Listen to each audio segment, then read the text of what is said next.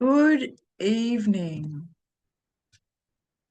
Good evening. I'll just give everyone a moment to settle in. And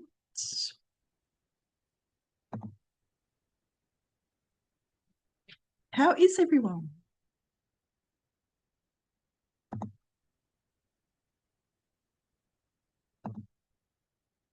Fantastic. Okay.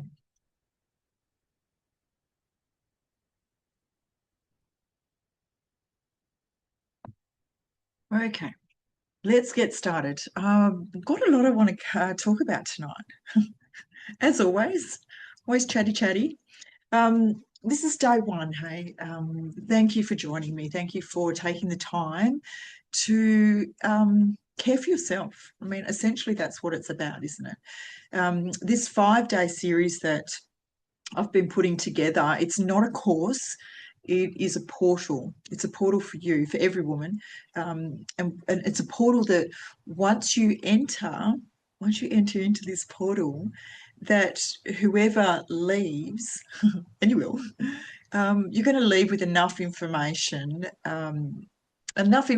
so that you can actually begin your health journey. And that's the important thing, right? Because there's so much going on in our worlds. We're all so busy. We just need things simplified for us so that we can actually get results as fast as we can, because, time's moving forward. It's not waiting for us.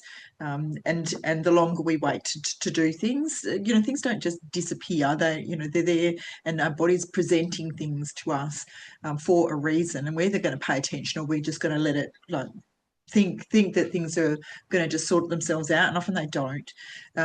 So anyone who leaves, enters our portal and then leaves our portal, I want to know that you're leaving with enough information and a clear sense of the depth that lies just beyond what 5 days can hold, because there's only so much we can do in 5 days, right? So we're going to pack in as much as we can. But day one is today, so thank you for joining me. It's all about know your body. The session, we want to rewrite everything that you think you know about perimenopause and menopause. And for the sake of ease of me speaking, I'm just going to call it all menopause, right? And it can start at about the age of 40 and go through to 60 years of age. So there's a lot of years that we can be experiencing a lot of these symptoms that we associate towards hormonal changes. And for the ease of the conversation, I'm just going to call it menopause. So, a question: have you ever done? I'm sure you have, or believe that you've done everything right, and you still feel terrible. You've eaten well, you've exercised. I have these conversations all the time with my women. You're trying to sleep. You maybe taking some supplements. Maybe you've gone to the doctor and had your blood test done, and maybe you've been told that everything looks completely normal. Yeah. I want you to drop into that moment, right, for a second. Just recall one of these scenarios. And I want you to drop into yourself just for a moment, because I know that room. I've been in that room with the doctor, and I've known exactly what it feels like to then drive home from this conversation that I've had with the doctor, feeling more confused and more invisible than when I walked in. I thought I'd walk in and get some answers. But tonight I'm going to talk about what no one's told you in that room, okay? And it's going to change your life. It's going to change the way you understand your body for the rest of your life.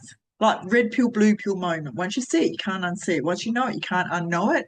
It's then a choice of whether you act on it or whether you just put it on the shelf with the other information, let it get dusty and do nothing. That's a choice. But before we begin, I want to ask you something. To close your eyes. That's what I'm going to ask you to do. I want you to close your eyes. I want you to take a breath when you're comfortable. Close your eyes. Take a breath. And I want you to travel forward in time.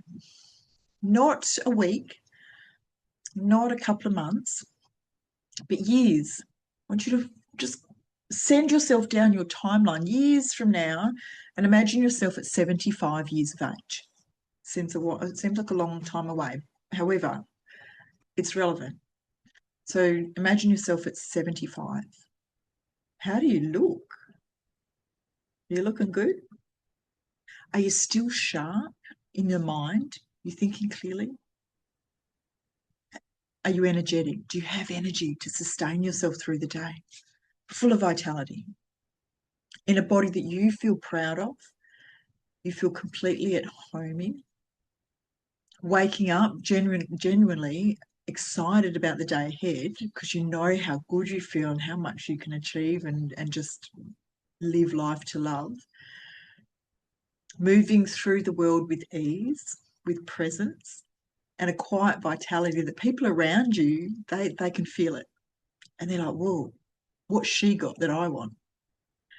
You know, that's not a fantasy. This is biology. This is what your health span can look like when you make the right decision. In this phase of life right now, make the decision now. In the perimenopause, menopause phase of life, we make the shifts to adjust to the phase that we're in. We make the decision now. What's she look like? How's she feeling? And I want you to hold her. Can you wrap your arms around her and just give her a big hug and say, I've got you. You know, you've got me. We're the same person. We're just at different times in our timeline. And hold on to her because we're going to come back to her all week. I want to share a little bit about myself. Most people have probably heard my story a little bit, but I'm just gonna share a little bit about myself. I'm a busy mother. I've got 5 children. My kids are bigger now. I still got 3 at home. Number of years back, when they were all still at home, and I was managing a restaurant. I was studying full time because I decided that I wanted to be a naturopath and I wanted to support people in health. So I was studying full time and I was working and raising my children. I thought I was doing everything right. Okay, busy life, busy doing all the things. Thought I was doing everything right. I was eating really well. I've always been really health conscious and looked after myself and eaten really well. I was training at the gym 5 days a week. I forgot what I was up to back then for a moment. Training at the gym five times a week. So I was physically strong.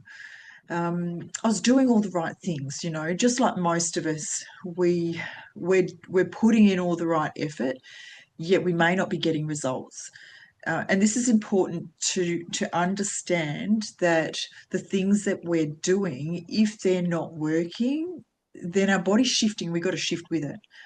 And it's not about not doing the right things because we're eating well, we're doing exercise, we're sleeping well, like putting ourselves to bed. We might not be sleeping, but we're putting ourselves to bed. We're drinking all our water, we're getting in the sunshine, we're doing all the things, but something's not working, something's shifted. And that was me back in my mid 40s when I thought I was doing all the right things, living a healthy life, but the weight started to come on. My belly started to hold on to weight. Probably put on about 12 kilos. It was really unusual for me. But the biggest scare for me, the part that really made me stop and pay attention was that my energy crashed. And I had this intense fatigue where I literally couldn't get through the day. I felt like just curling up in the corner and going to sleep. And no matter what I did, nothing could shift it. And so that's what took me to the doctors. I was looking for answers. But the thing is that the doctors, they ran the tests and everything came back normal. And I was told that everything's normal, you're okay, you just need a holiday. You just need to rest more. Now she's saying that to a woman who has 5 kids, working full time, already doing all the right things, but there's a very big difference between just feeling exhausted by the things that you're doing every day and a deep fatigue that sort of set in that literally was all consuming. How many and whether you've got good energy or bad energy, you might have different symptoms, other symptoms that are literally become all consuming. And you're sitting in that room and you're told everything's normal and you walk away feeling more confused because you think, now, what now? Who do I turn to now? What's going on? How many of you felt like that in that room? Yeah, that's right. This is the moment when things change. Now, it was sort of around that time that my sister had been was a bit earlier than that actually. My sister had been diagnosed with breast cancer, and she passed away. She left two small boys behind, and it was sort of not long after that that this deep fatigue and my own health started to sort of do a bit of a wobble, and it was frightening. I thought something was wrong with me. I thought, how can I be doing all the right things and still feel so terrible, and no one's got any answers? Like, that didn't make sense to me. Um, and it was scary. I must say, it was scary. And I'd been putting on the weight. That's right.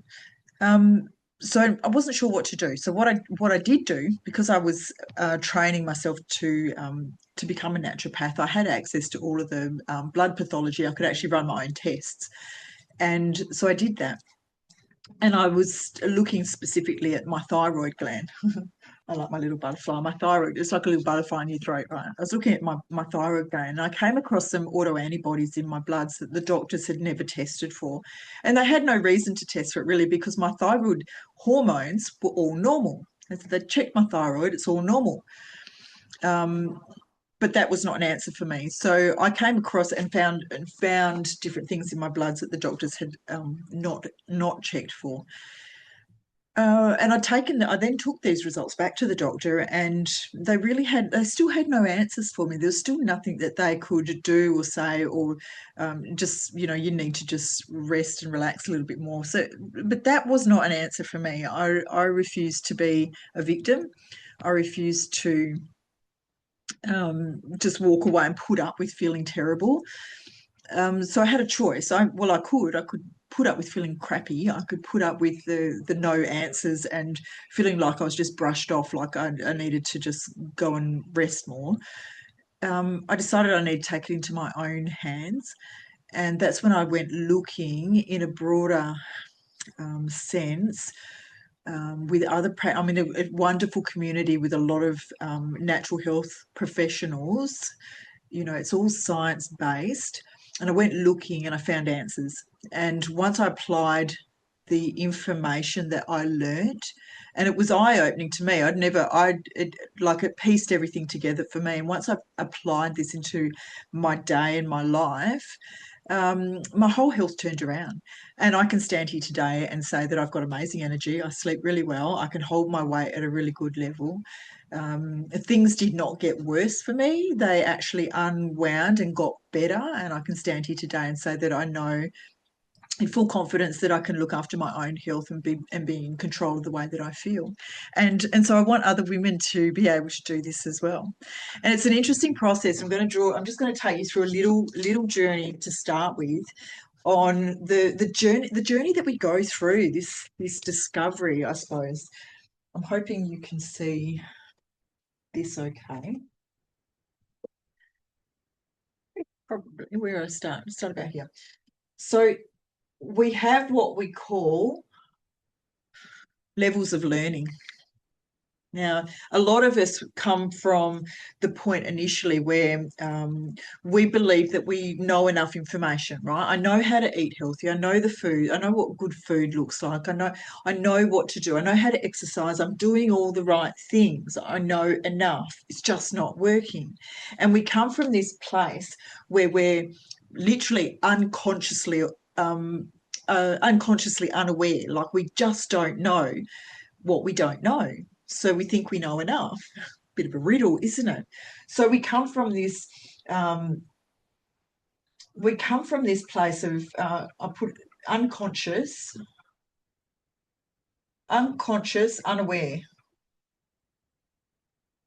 unawareness, because we just don't know. We've got no answers. We think we know enough. It's just not working. Then what happens is we have this, something happens, whether something big happens, or maybe it's not so big, but we have this wake up call where we actually go, oh, there's more information. Actually, I had no idea that I didn't know that. I thought I knew enough, and now I realize that there's actually more to know. And so we step into a place where consciously we're going, oh, okay, I know there's more to know now, and I'm aware. Consciously unaware, I should say. We're unaware because we don't know what to do. We just know that we're sitting in pain things are like confusing. We know that there's more that we should do. We just don't know what it is. Levels of learning, sort of levels of awakening as well. Then what happens is we go searching and we find something and it's starting to work. So we slip into a stage where we realize that when we put this stuff into action, we make a decision to do something different. We get specific information with structure and support. We start practicing it. Things start to change. And so I call this one, we're conscious now. We're still conscious that we've got things to do, but we're aware now of what we're actually doing. So we go into conscious awareness and we can actually start practicing and practicing and practicing to make change. And then what happens once we've practiced enough, it becomes such a routine, such a habit for us that we just like driving a car. We don't even have to think about it anymore. And so we become unconscious again. But it's a beautiful unconscious. So in the top part here, we become unconscious again, but we're full of awareness because we know what to do that works. So literally what we've done is we've come from not knowing because we think we know enough. I think I'm doing all the right things. It's not that I'm not doing things right. It's just not working. We go to, oh my God, it's not working. I need to actually know more information. I thought I knew enough, but now I realize I don't. What else do I need to know? To then moving to, oh, I've got the right information. I know what to do now. I've just got to practice it and put it into action. Can you help me do it? Can you help me put it into action so it works for me? To having done that enough that you go, oh, it's just like second nature and it's working. So we move through these levels of learning and we do it with everything. But today I'm talking about the health and I'm going to bring some awareness to some of the things that perhaps you may have never heard of before. So please, have you got your worksheet? I'll drop the link here into the chat and it's also inside our portal. So inside where I'm holding all of the replays, you'll find all your resources. And this is a really interesting sheet. This becomes your working document. And inside of here, I'm not going to do it in order, I'm jumping around a bit, but inside of this, you're going to find your science reference card. Now, I will say that tonight is probably the heaviest. This is like a heavy session, but it's great grounding information because it's actually going to be your aha moment where you go, oh, I can actually start to connect all of my things together now. And it's never been explained to me in a way that I actually understand that there's a connection. I might not understand all the science because sometimes the science sounds complicated and you don't need to understand the science. You just need to know that there's a bigger puzzle that you're piecing together. And if you can get a bigger vision of what that looks like, then you'll have better questions to ask. Particularly if you go to the doctors, you'll have better questions to ask and you might get better answers. Well, you will. If you've got better questions to ask or high-level questions to ask, you'll get better answers. You'll get more specific answers. So I want to start with the system that we already know about because you've probably been told a lot of things about this system, and a lot of these things are going to contradict each other. And I want to explain why.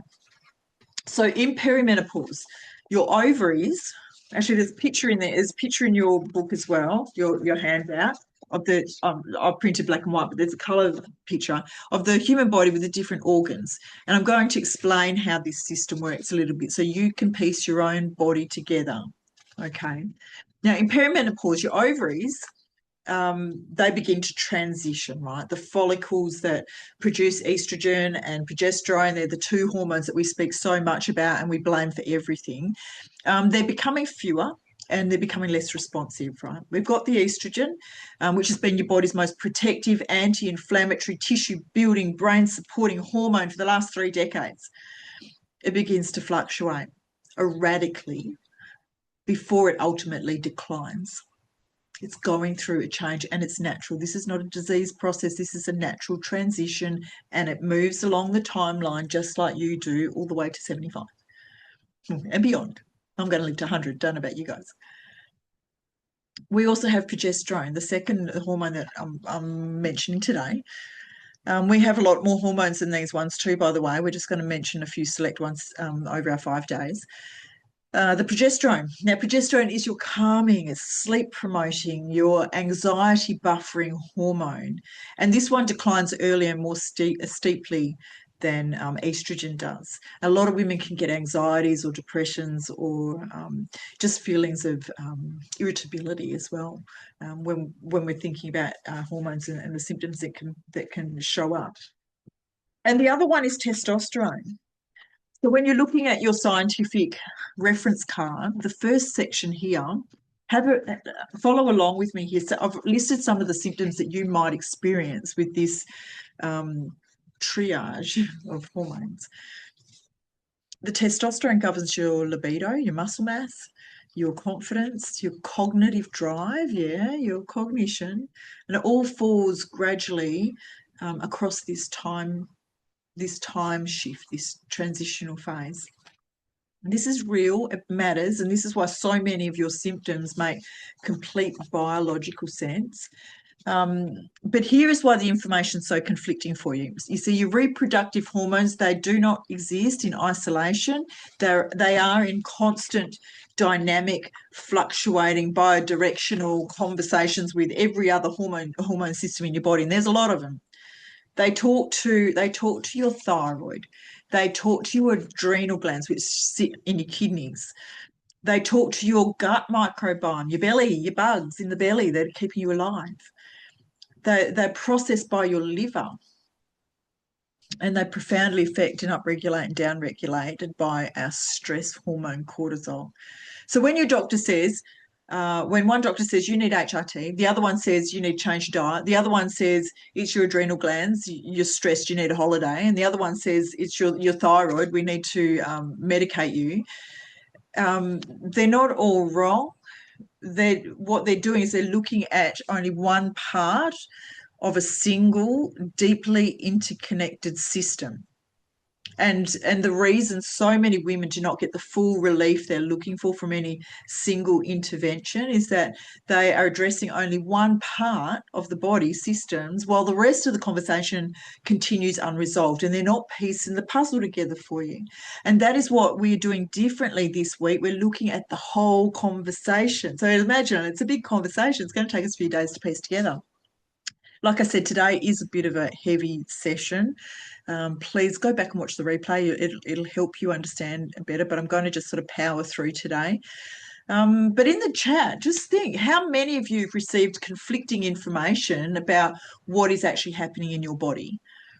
And how many of you have tried something that worked a little, but not fully? Yeah.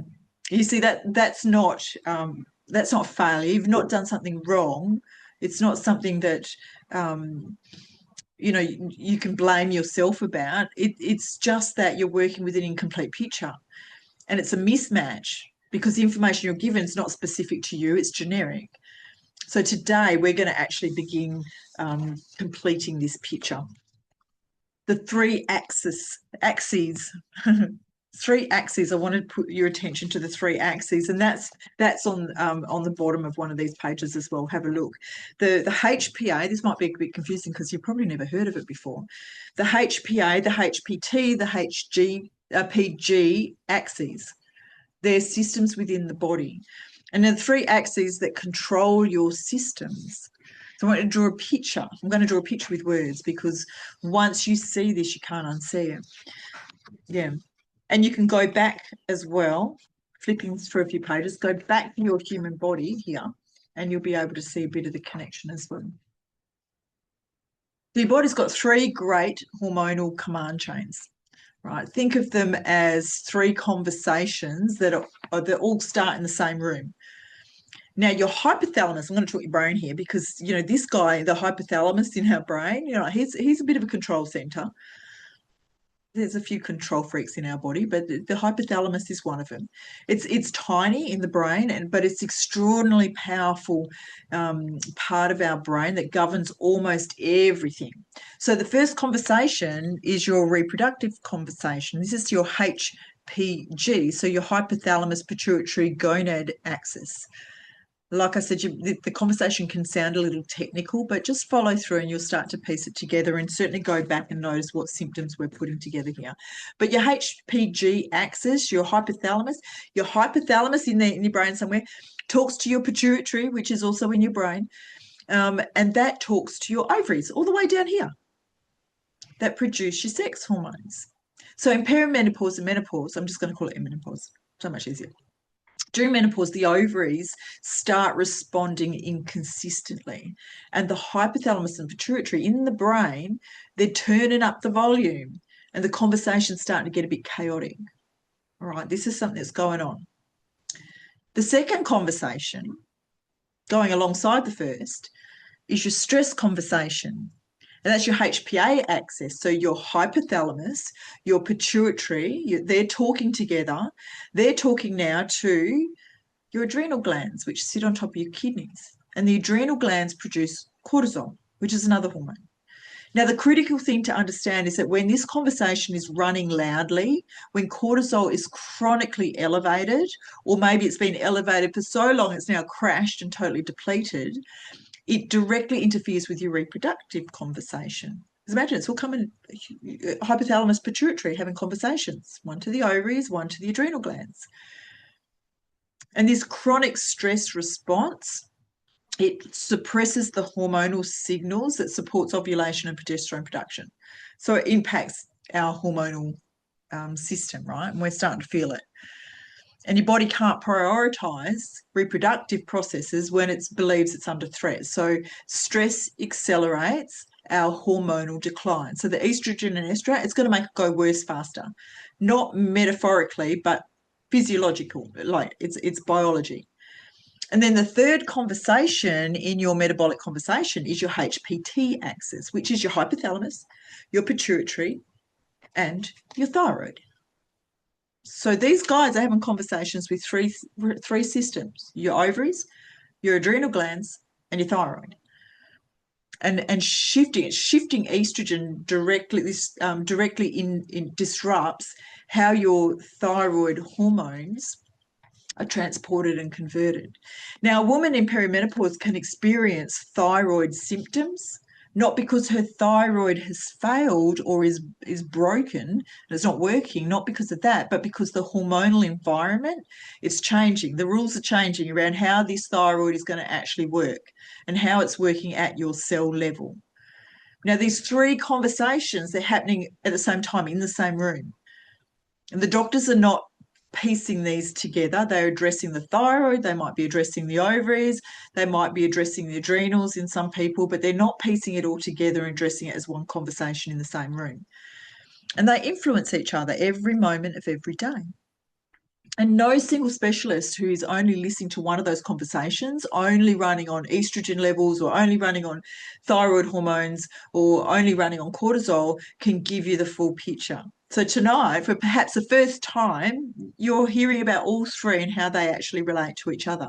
So take your notes. So inside your worksheet, help yourself build out your own understanding of just how interrelated these systems are for you and what symptoms are showing up. Because for you, it's about your symptoms. It's about symptom control. It's not about suppressing the symptoms and putting a Band-Aid and pretending they're not there. It's about getting them balanced so that we can actually run at a healthy state and not a suppressed state where the symptoms or the issues are going to pop up somewhere else in our health and show up somewhere else. We actually want to deal with them. So I'm just going to run through them quickly because, like I said, this is a bit of the heavy night tonight. We go back to our scientific reference card.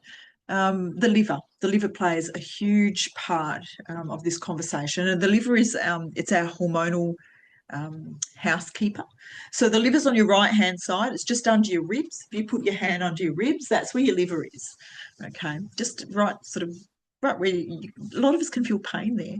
Sometimes we get pain if we feel nauseous or something when we're eating foods. We might get a bit of a pain. Even in the centre, we might get a bit of a pain. It radiates to the right.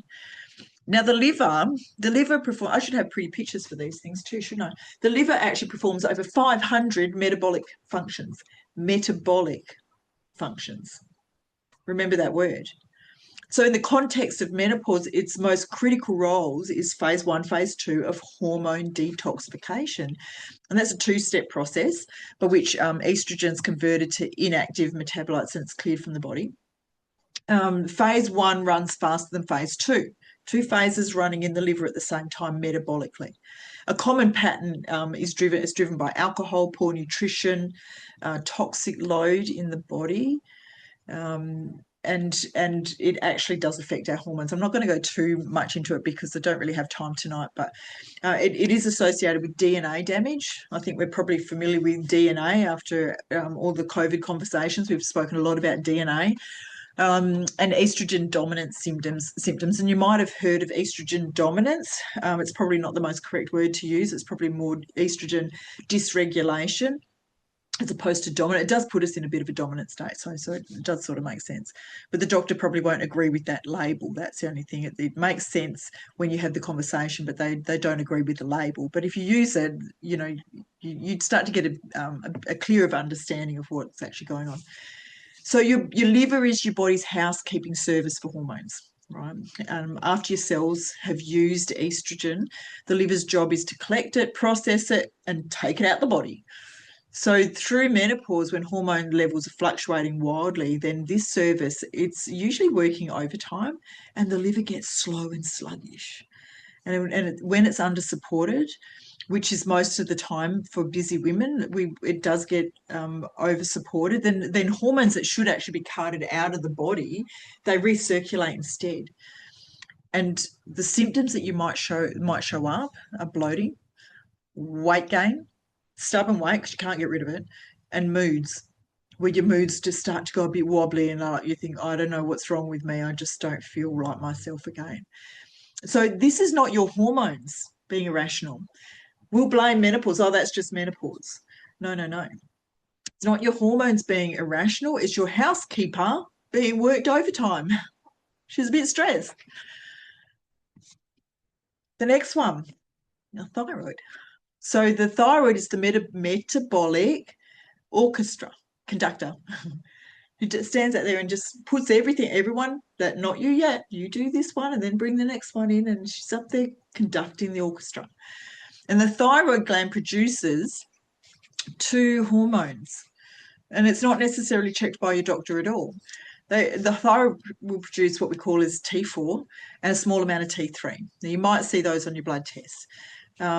It's the conversion. It produces T4 and has to convert to T3, and the T3 gets used to make energy in our cells so that we've got energy. So if our energy is fluctuating, we've got to start thinking about the thyroid, but not just energy, there's more. So imagine your entire metabolic speed, whether you're fast and furious or whether you're slow and under functioning and sluggish. It's governed by this small butterfly that's sitting in your throat. And the speed at which you burn energy, at which your bowels move. Are you pooing every day? Or are you constipated? Or is it running really fast and you're just like going 10 times a day? The speed at which your brain works. Are we cognitively switched on? Are we starting to slow down? Your body temperature. Maybe you're running too hot. Maybe you're running like cold. How do you run? Your hair growth. We'll often see, if thyroid's an issue, we'll start to see that we're losing hair on the side of our eyebrows. Or we might start losing handfuls of hair from our head. Let's just go, that is a lot of hair to lose. When your thyroid is under functioning, even subtly, everything slows down. And here's what makes this particularly tricky in menopause, is that the standard blood test that the doctor runs, it measures the pituitary, it's called to the thyroid. It measures the TSH, the thyroid stimulating hormone, that comes from your brain. So they're not even checking the thyroid, they're checking TSH. And then some doctors will test the thyroid, they'll test T4 and sometimes T3. And they'll get a bit of a general picture of what the thyroid's doing. But however, you can have a perfectly normal TSH from brain to thyroid, the TSH level, you can have perfectly normal and still have an underfunctioning thyroid gland where we call it functionally hypo, being low thyroid at the tissue level. And this is what I discovered with my own thyroid antibodies after years of normal TSH results. And I checked further at my thyroid gland and found autoantibodies that the doctor never checked for. Your gut microbiome. So have a look at the gut. What symptoms are showing up with your gut? The gut microbiome, this is an interesting one because there's probably a word that you've not heard before. You may have heard of gut microbiome being the microbes that live in your gut and the biome being the environment, like the colony, I suppose. It does go through measurable shifts in composition and diversity because we must have a wide range of different bacteria in our gut to be healthy. When estrogen changes, so too does the bacteria environment of our gut. And we can start to get bloated where we've never used to get bloated, but now we do. We can get food sensitivities we never used to, but now we do. And we call this, instead of a gut microbiome, we call it the estrobiome. Biome, say it right? Estrobiome. Anyway, it's written in. It's all these great big words that we say, isn't it? It's written in your handout there, and the estrobiome, the specific community of gut bacteria that produce the enzyme. You might not have heard of this one either, and it's called beta-glucuronidase. I don't expect you to remember it; just help you picture together. This governs the final step of estrogen metabolism. So we break down our hormones in our gut. If our gut's not functioning properly, it's not going to get broken down. It's going to get recycled. The liver's going to struggle. We're going to get symptoms. So inside our gut, when this beta-glucuronidase activity is elevated, and typically because of gut dysbiosis, so the gut bacteria is imbalanced, maybe high-fat diets, or maybe antibiotic exposure. We've had lots of antibiotics, for example. There's other things as well. Medications can do this as well. Then our body's not able to break down these estrogens, and so they're reabsorbed from our gut back into circulation. And your guts, it's not just a digestive organ, it's an endocrine organ, it's a neurological organ, it's a hormonal processing plant. Trillions of microorganisms living in your gut produce your mood chemicals, your serotonin. They regulate your immune system with your vitamin D. They govern your body weight, so your metabolism.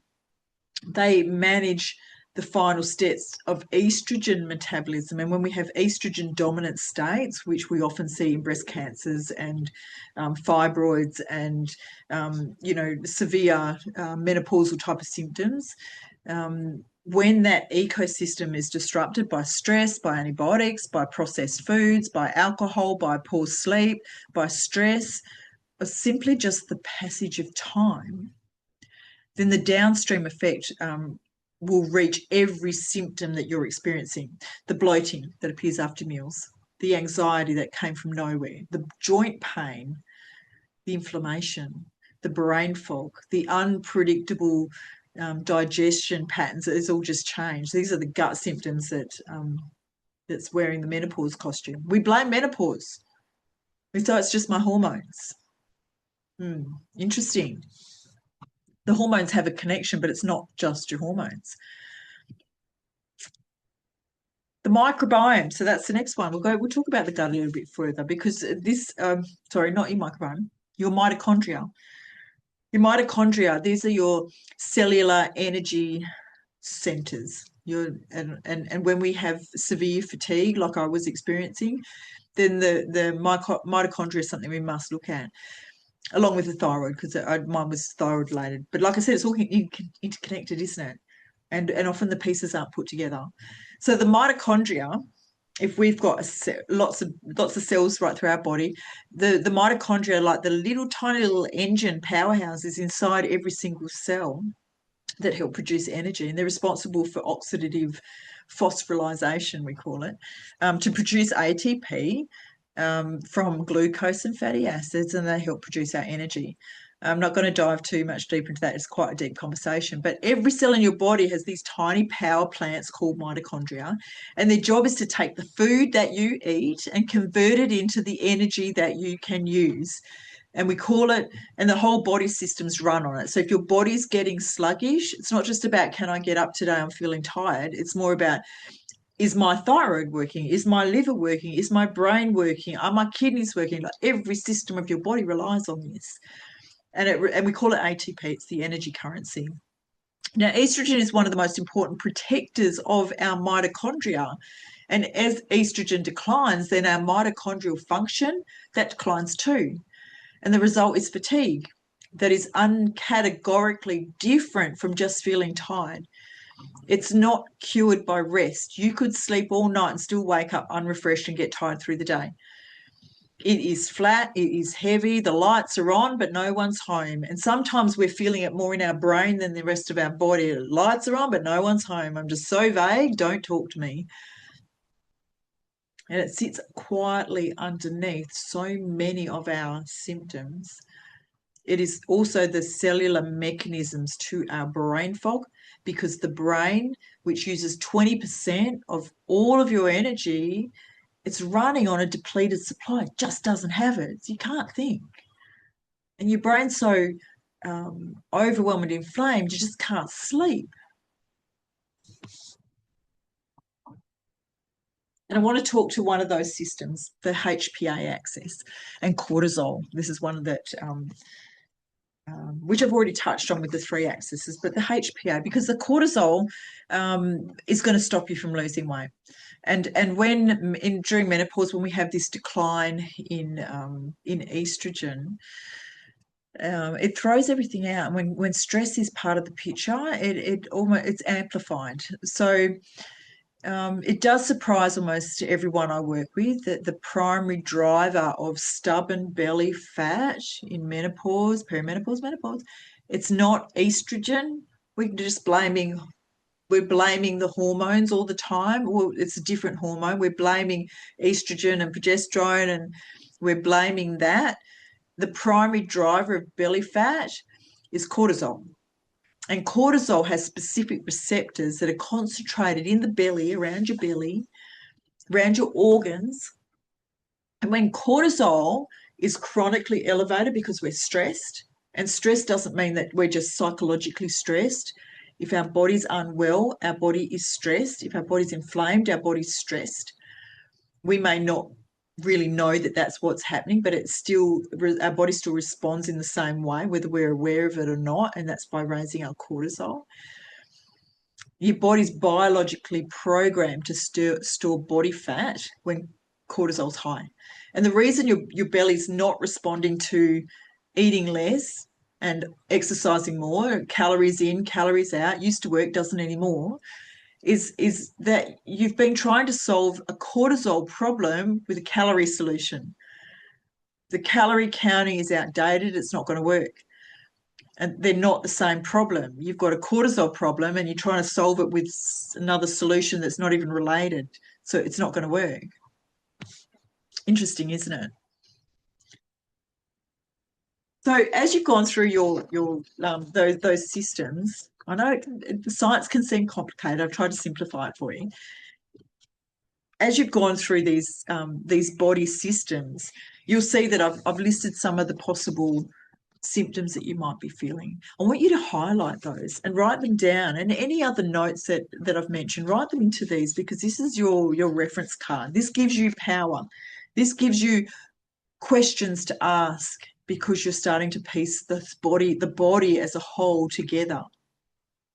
So we've been talking about your body, right, as a system, a beautifully complex, interconnected system that's been asking for something that it hasn't been given yet. And I want to offer you a reframe right now, because sometimes when we just think about things differently or speak about things differently, we move from this unconscious unawareness where we go, oh, I've got another question. I've got a new question, one I hadn't thought of before. I thought I knew it, but now I realise there's more to know, and I never knew that, but now I do. So I've got another question for you. And my next question has gone up a step, and it's a better question than what I was asking before, because it's beautifully complex and interconnected, our body. So my reframe is, for most women, the question around their symptoms is, what's wrong with me? Oh, it must be menopause. There's something wrong with my body. I've got to try and fix myself. I want to invite you to change that question with shift one word.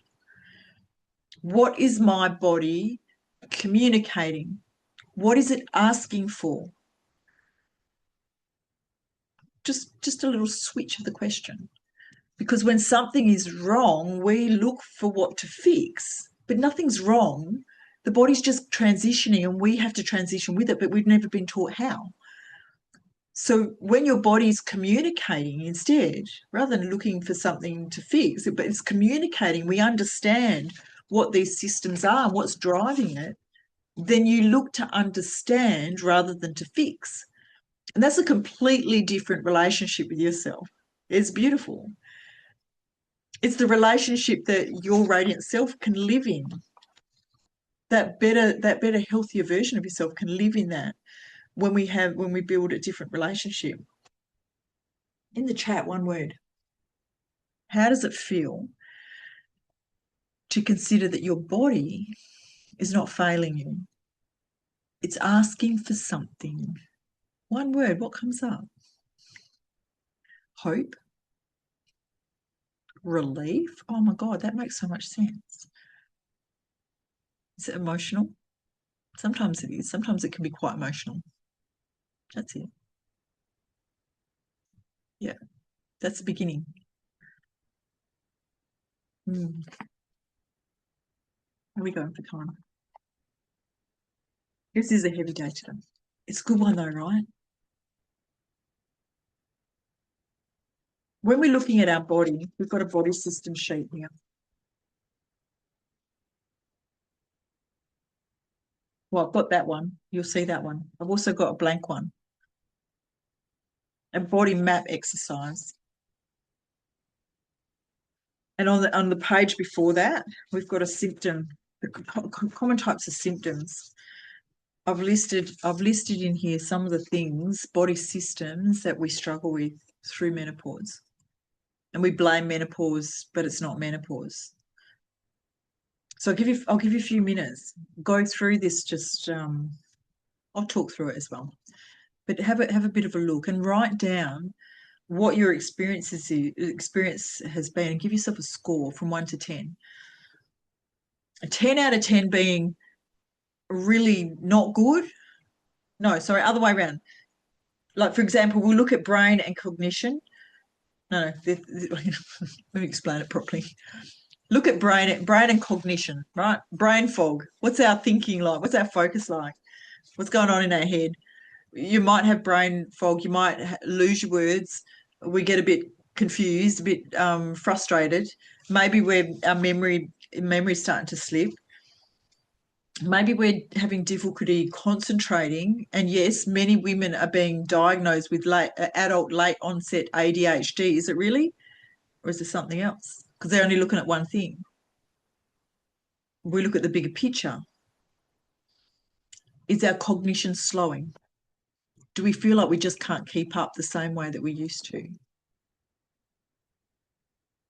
What's your experience with that?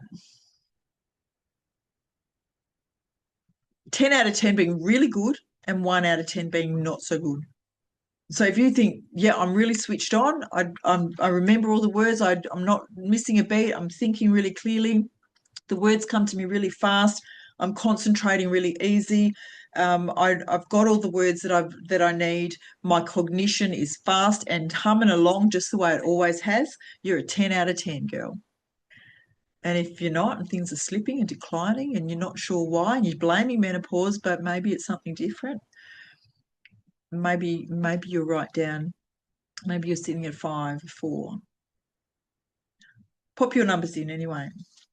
Mood and mind, anxiety, irritability, low moods, overwhelm, mood swings.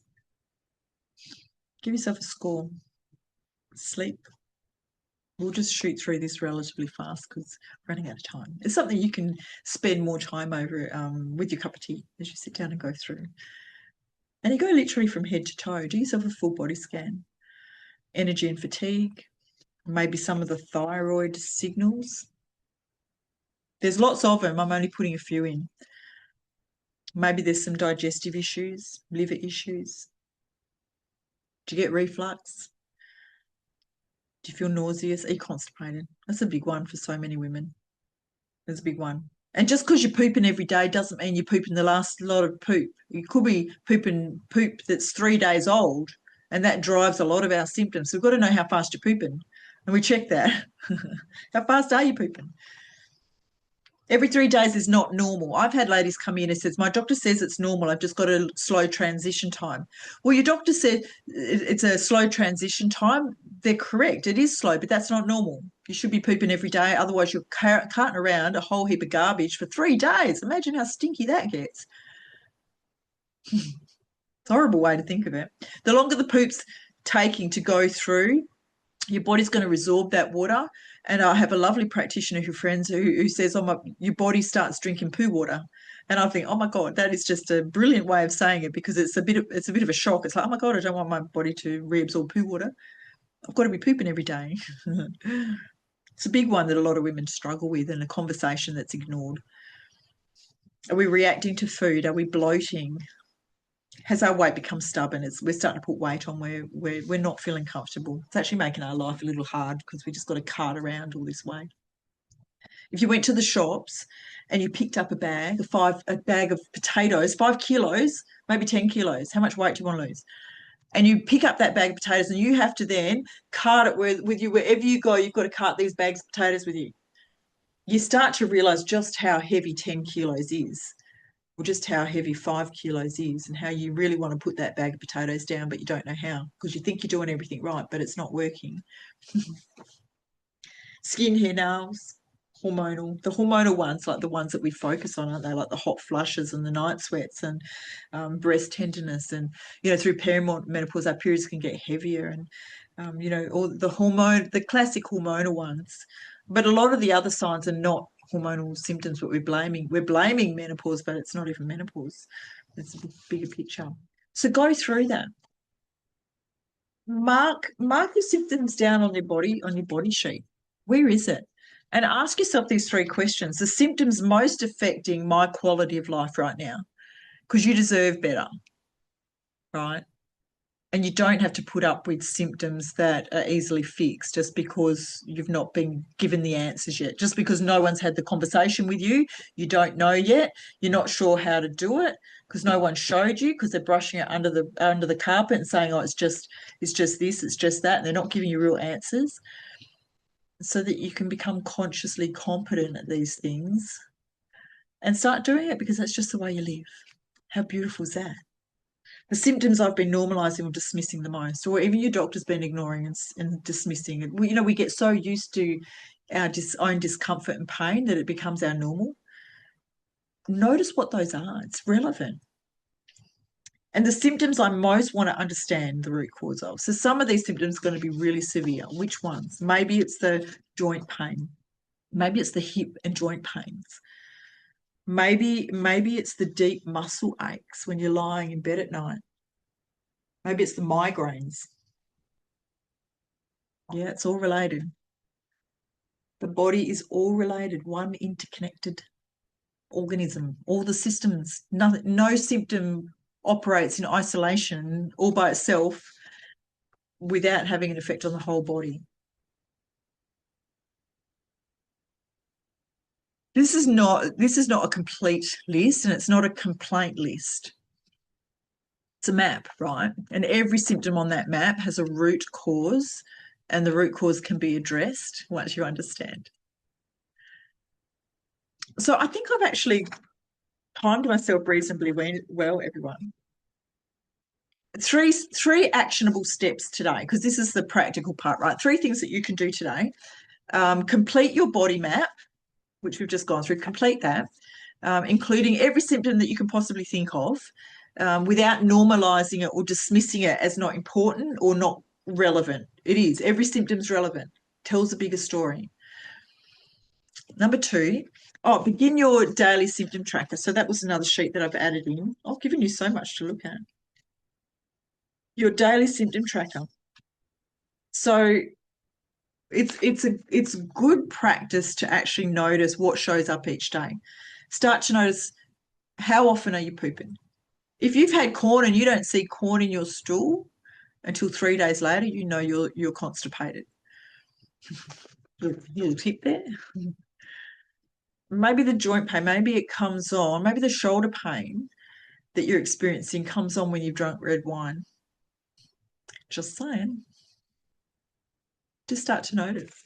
Maybe the sugar that you're eating is driving a lot of the other pains. Maybe the soy sauce that you've had the night before has contributed to the migraine that you got the next day. Start tracking it. It's an interesting process. It's an interesting thing to do because you'll start to see a picture. It's what I do with my clients. We don't have to track everything all of the time, but initially it's good because we start to draw a picture because there is a picture. There's a puzzle here. The puzzle's you, and we want to understand this puzzle.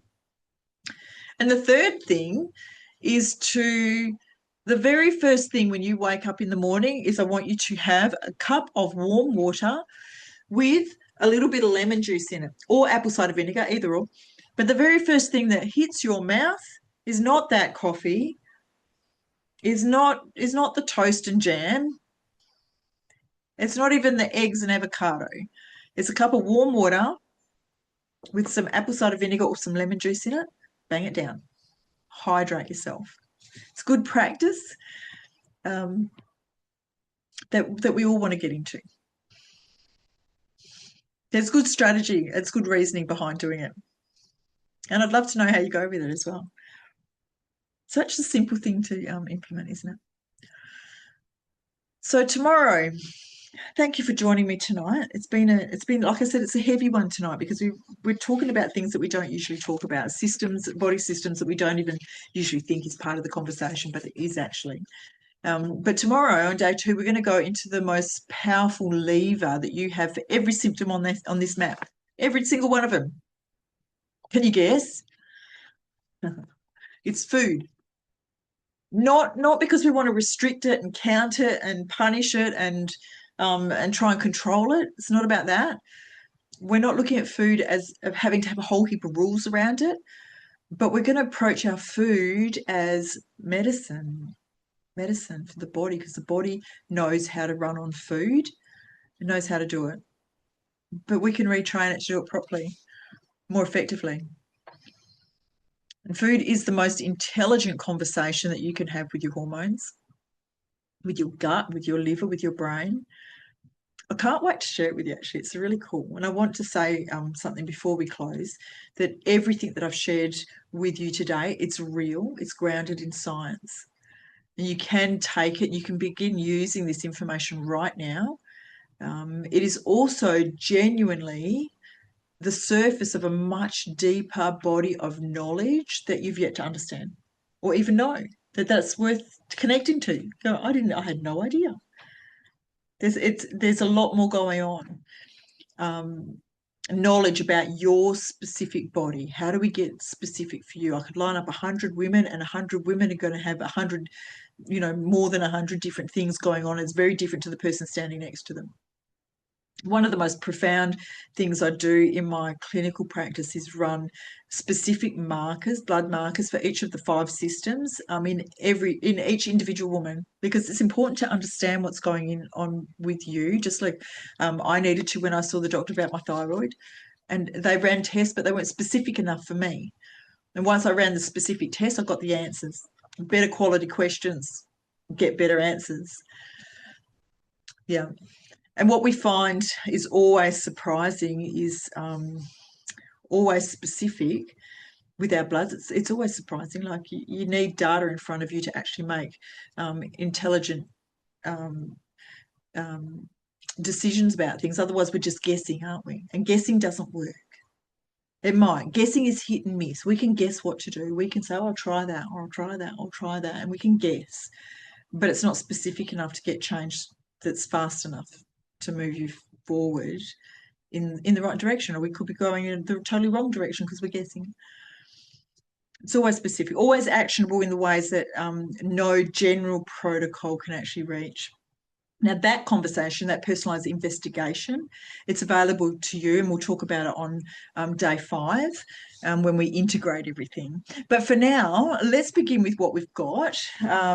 Grab your handout, make a cup of tea, go through it, sit down, chillax a little bit and get to know yourself. Get to know your body a little bit better than perhaps you have. Put the knowledge you think you have at the moment, put it on the side because it may just be here. There's a lot more yet to know that you didn't know. You didn't even know you needed to know. You don't even need to know. You just need to know what strategies to actually move you through. Once you know that, you're good. But you've got to ask better questions. So get to know yourself. Ask your body. Well, let's have a date with myself. So for now, let's begin with what we've got and cherish yourself because you deserve it. And I will see you again tomorrow. And thank you for your time. And I hope you found a lot of value in our conversation tonight.